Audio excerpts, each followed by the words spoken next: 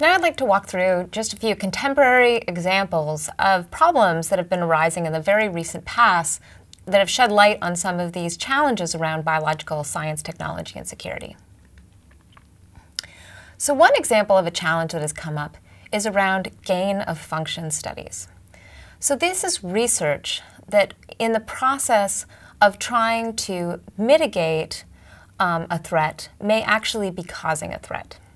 And the foremost example of this in the recent past has been studies by scientists that are looking at influenza or the flu, in particular avian influenza. In this case, they were funded to do research that might look at what types of genetic changes might cause this virus to become more transmissible, so easier to pass between people. And they did a study in which they took a virus and then passed it between different animals to see what genetic changes caused an increase in the ability from one ferret to transmit to another ferret. And then they published this result after a lot of controversy among the scientific community. And the controversy was around whether or not they were in fact developing a threat instead of being able to study the causes behind it. So whether or not it was a public health advantage to be able to know what these particular changes were. And then second of all, whether or not those particular changes should be published publicly, whether or not this was giving a blueprint for others to create a more deadly form of flu that didn't exist naturally. Another type of problem is the discovery of new types of biological threats. So in this case, one example is there's a study that was published, again quite recently, in which a scientist was able to find out a new biological toxin for which we didn't already have an antidote.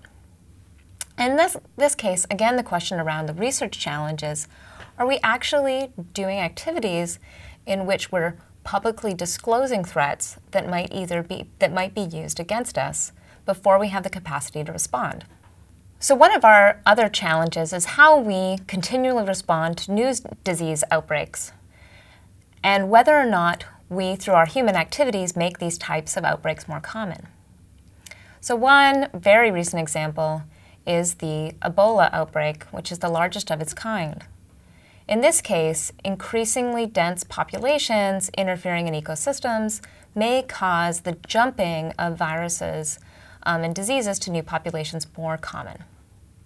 Then once we see a disease outbreak occur, there's all sorts of very complex international security challenges that we have to deal with, both how we confine and contain those populations, how we, within their regions, how we prevent them from actually coming over to new regions, and then also being able to study the disease over time.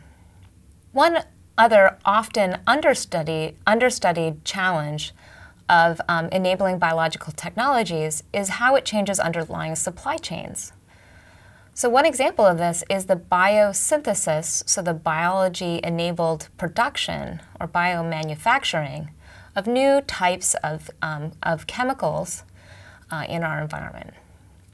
So one example of this is very recently it was shown that you could develop part of a pathway to produce opiates, types of drugs, within yeast by taking genes from certain organisms and putting them into yeast and enabling all sorts of new types of chemical production pathways.